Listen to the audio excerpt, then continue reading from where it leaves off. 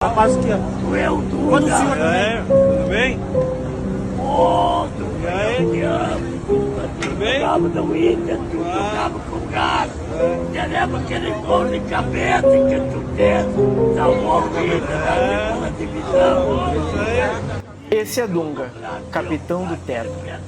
3 Copas América e 2 Copas das Confederações. Mas para a torcida colorada, ele é muito mais do que isso. Vamos aqui, né?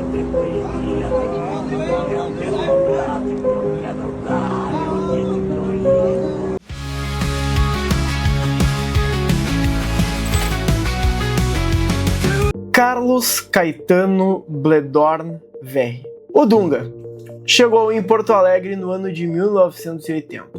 Ele faria parte daquela geração de prata, a geração de jogadores do Internacional que conquistaria a medalha de prata nas Olimpíadas de Los Angeles no ano de 1984. Um ano antes, outro feito pela seleção brasileira, onde conquistou o título do Mundial Sub-20 em cima da Argentina. Todo esse repertório do Dunga fazia com que a torcida colorada tivesse uma grande expectativa por esse jogador, que correspondeu, mas que não ficou aqui por muito tempo.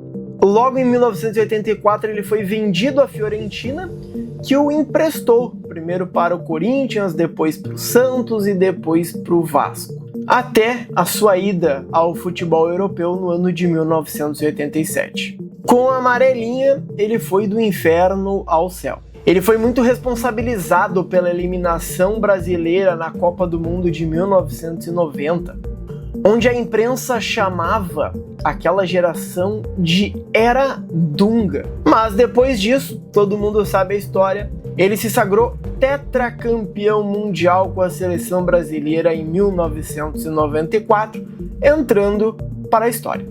Depois de um tempo jogando na Europa, ele acabou parando no futebol japonês. Foi campeão nacional com o Júbilo Iwata no ano de 1997. Mas, como o próprio Dunga disse em entrevista, o bom filho a casa torna.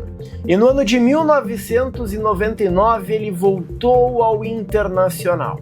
A expectativa que todo mundo tinha para o time do Inter naquela temporada era altíssima, mas a decepção acabou sendo grande. O Inter foi eliminado da Copa Sul e sofreu com um vice-campeonato gaúcho, onde Ronaldinho mostrava suas habilidades ao mundo e a coisa acabou não ficando tão boa assim para o Dunga. E como se não bastasse isso, a Copa do Brasil, que parecia ser a grande obsessão da torcida colorada, acabou indo por água abaixo, pois na semifinal o Internacional foi eliminado para o Juventude com direito a goleada no Beira-Rio. Mas calma, que tudo que tá ruim pode piorar. E foi exatamente isso que aconteceu com o Internacional. O Colorado chegava à última rodada da fase de grupos com chances de ser rebaixado. E eu preciso explicar para vocês que aquele campeonato, a regra de rebaixamento era um pouco diferente. A CBF fez um promédio, um cálculo médio entre o desempenho das equipes em 98 e 99, e as equipes que tivessem as piores médias acabariam por cair para a Série B. Mas o que tu precisa saber é que para o Inter deixar a calculadora de lado, precisaria ganhar do Palmeiras, da Parmalat, que havia acabado de ser campeão da Libertadores e que precisava ganhar para se classificar para a próxima fase. Eu sei, tu vai pensar, uma missão impossível, mas não para o Internacional. E para piorar as coisas, o próprio Dunga não estava vivendo uma boa fase.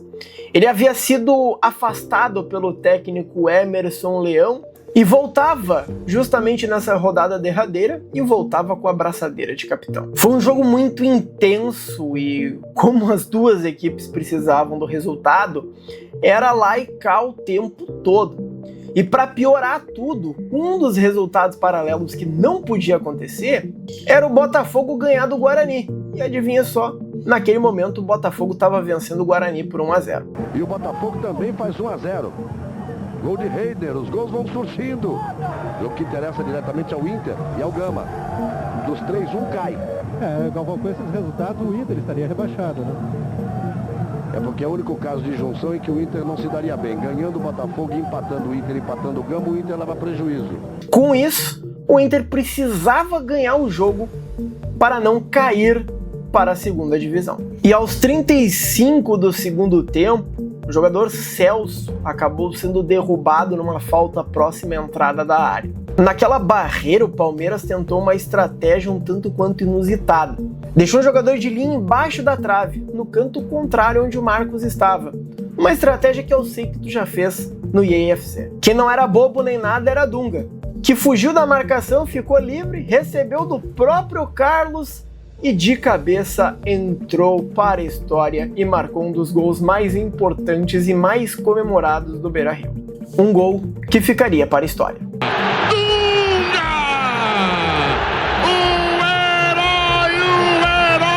Depois do gol, o Palmeiras foi para cima. E, coincidências ou não, aos 45 do segundo tempo, os refletores do estádio Beira-Rio apagaram. E agora apagaram a luz. Aí a coisa complica, porque isso sim não é necessário.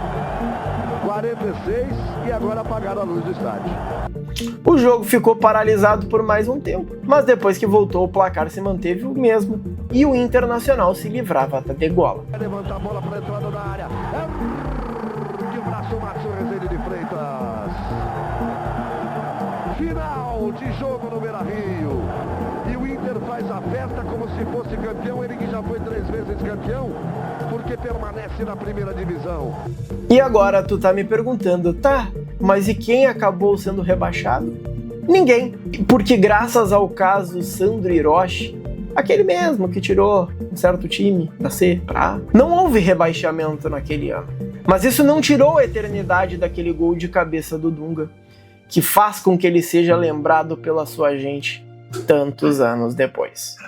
Bom, esse foi o vídeo de hoje, depois de tanto tempo. Espero que gostem. Não se esqueçam de deixar o like, se inscrever no canal, ativar o sininho das notificações. Vou pedir não só para seguir o Arquivo Futebol Clube nas suas redes, mas também Artemis Produtora, onde eu faço diversos serviços. E para você conhecer mais, é só clicar no link que está aqui na descrição. Um abraço, até a próxima.